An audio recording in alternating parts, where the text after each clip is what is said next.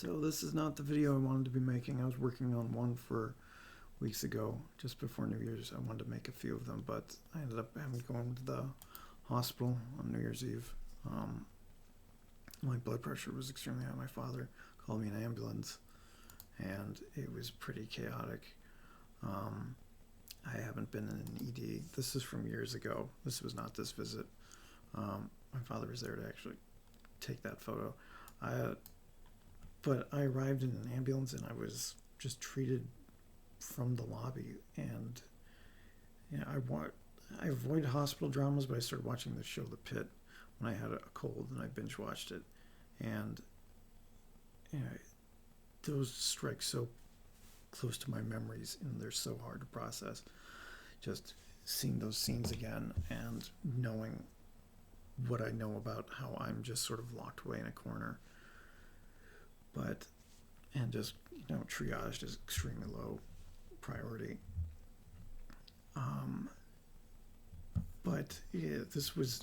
The nursing shortage is real. It's severe because I've never seen doctors going to the lobby to retrieve patients. I've never seen so many people.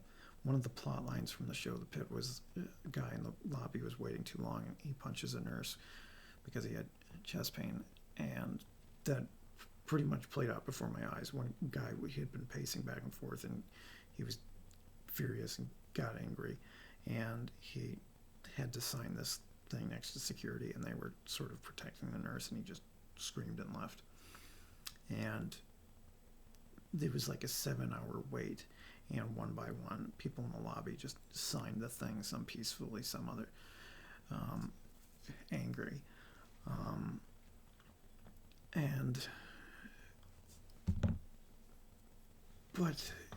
So I've taken it easy, but I shot a woman in the face 3 times. And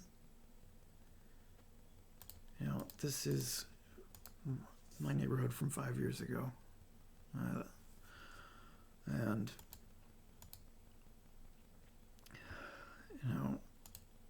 Minneapolis is beautiful. Like, there's not many cities you can look like this, where you can sail. And where I live is just on the shoreline there. And we have a lot of lakes, hence its name. But, I have seen the other parts of the city just because of my location, and because working at a bar, getting off work for me, I had a detour because of police tape or yellow tape. But, you've heard gunshots multiple times. At one point I heard a gun battle up the street where it was like 3 shooters. I dodged gunfire that location after that. Then when I worked, me and my coworkers, we saw the aftermath. A bunch of people who got shot. If you can normalize, shooting a woman in the face 3 times and try to justify it, you can normalize anything and create a police state. And she was killed right next to a landmark that's just, a T-Rex and a shark, just in a residential neighborhood. I always recognize it as my point to turn when I visited a friend. And just doing a protest march is never something I've been able to do because of my health. It's sort of one of those participation things that I've been just having a bunch of people loud, angry, emotional, and I've never really, I wanted to do it for the No Kings protest, and I wasn't well enough. But walking down Lake Street with thousands of people is surreal. And it's difficult because it's not over. It was already the largest operation of 2,000 troops, and they sent another 1,000 agents, and it's surreal because it's like ice. I'm old enough to remember the old ice of in the early 2000s, where it's almost like an accounting. It's a civil offense, and they wore from the front. They would look like FBI agents because they just wore those blue blazers, but when you like turn around, it just says ice on the back. And they'd hit restaurants, but what it is now is a paramilitary organization with $100 billion budget, and that dwarfs the budget of militaries for nations. And it has an agenda. It has a political agenda, and the tactics it's using are more reminiscent of just guerrilla warfare in terms of their swapping license plates of them, concealing their movement of, and the way they're hitting people, the way I'm seeing videos of just the way they're taking out pitting vehicles just in the middle of the street. And I don't know where this leads, but it's hard. Like, one of my only places where I'd walk to to get something to eat was a taco truck that's just vanished. I hope the people who ran it are okay, but I don't expect to see them again. So one of the components of 5 years ago was outside agitators, and that's what I was afraid was going to come back, and they have. And some of them are open, and some of them are covert, and I'm more afraid of the covert ones than the open one here. Muslims are taking over your community. You're not even a part of our fucking community. Get out of here. Your daughters will copulate with these mongrels. Yeah, so you want your entire bloodline to be ended because of your virtue signaling. You sound like Joseph. And the reason that's noteworthy now is because it's, it's kind of in the open. That's just not a common phrase. It's not even a dog whistle. It feels like a bullhorn.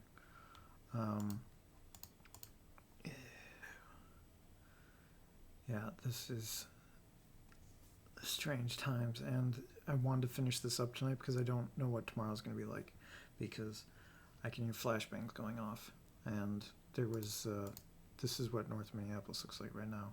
So I shot someone earlier tonight, and the exact details are not known. I've heard a few different accounts of just chaos, but someone fleeing got shot, and people trying to protect that person. But what is known is that, this is what the president said, calling it the day of reckoning and retribution is coming. And based off, I don't know what that means, but it doesn't sound good. And in terms of the protest, part of me just wants to scream, and I'm too sad. When I go, I'm exhausted by it. I woke up angry, seeing more news, and tried to finish, but I had to edit the photo for the thumbnail, and rage against the dying light. And I don't know that person. She's to my left. But it was too dark in the original photo, and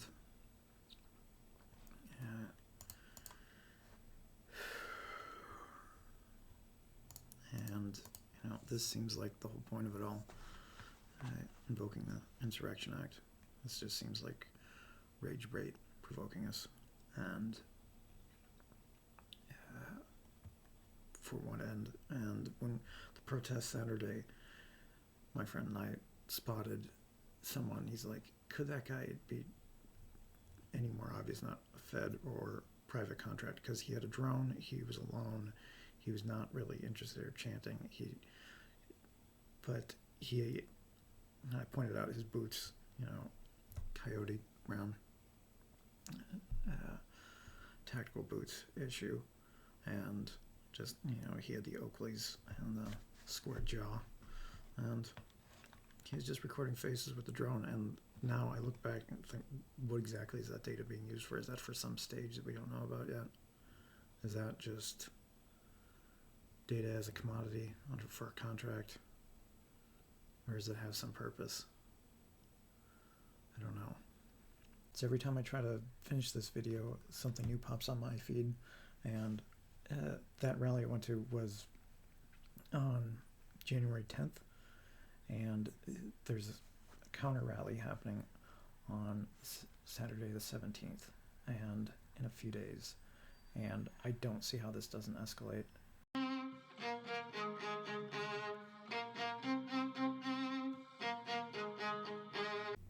So I woke up and I ended up going to this. I was frustrated enough. I struggled to sleep, and I just sort of told myself, I'm going to go downtown. I have to see this for myself, just to separate the reality from, social media, the AI images manipulating crowds. And so I just put on an audiobook, Edward Gibbon, Decline and Fall of the Roman Empire, and just sort of walked there. And, the pro-ICE protesters, they plan to go from City Hall all the way to Seaver Riverside, which is where the Somali community is. And in reality, what happened was the main leader just sort of got pinned back up by City Hall because he was outnumbered.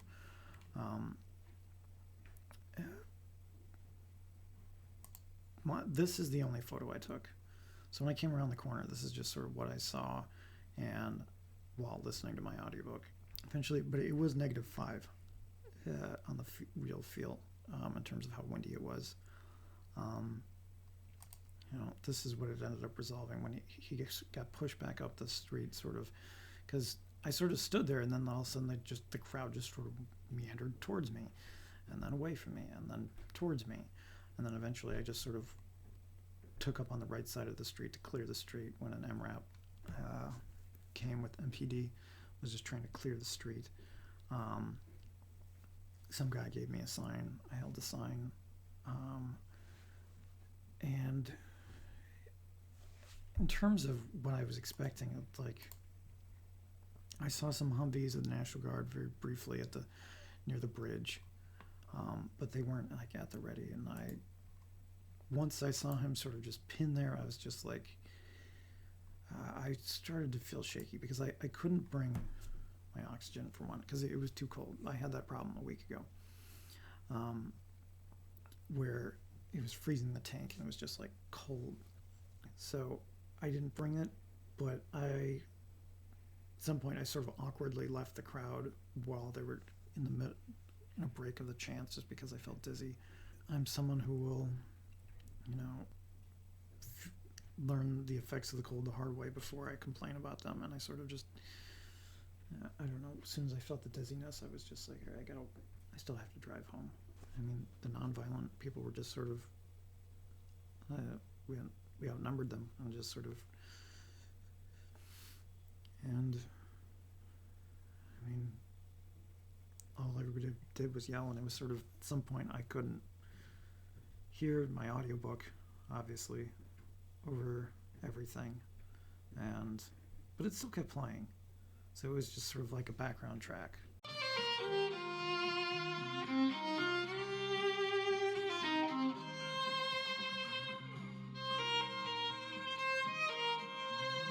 So, I mean, I was photographed, and that was one of the other things my friend saying, to protect your identity from being a Palantir, but it's if you know this channel, my life's an open book, so it doesn't really matter. But I also, one of the warmest quotes I have is from Blade Runner 2049, and my workstation, when I worked at the Speakeasy, was 0 degrees, so I got very accustomed to just wearing that, with even forgetting, it's from a movie, and I'd interact with hundreds of people, and the people complimented me on it, just I had no idea what it was from. So I only had 2 comments in a few years of wearing that. But dystopian times. So this is the 3rd time I'm making this video, and I'm not satisfied with it, because once I sort of saw all the news after I got home, after I finished updating it, it kind of reminded me of this, just where you see multiple different versions of the same event, and I kind of understand why there's so many cameras just to capture just one little moment. And from where I was, I couldn't see any of those little moments. It was just sort of a throng of people, a big blob moving with a bunch of cameras pointing. It looked like paparazzi that was angry at other people with cameras. And, the agitator eventually got roughed up towards the end and walked out of town without help. The only thing I want to interject, I remember standing behind this guy. He's got a very distinctive booming voice, and it's hard to miss his videos if you're following any of this in Minneapolis. But he was screaming nonviolence, to all the protesters, and over. And that was the only distinction for me that something even happened. Was hearing his voice starting to control people.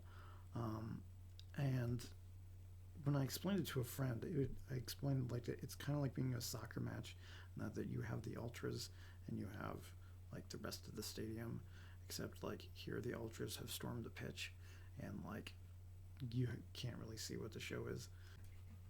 So this is sort of just a personal vlog and not really a political channel anyway, but I didn't want to end it on something misleading, that didn't happen.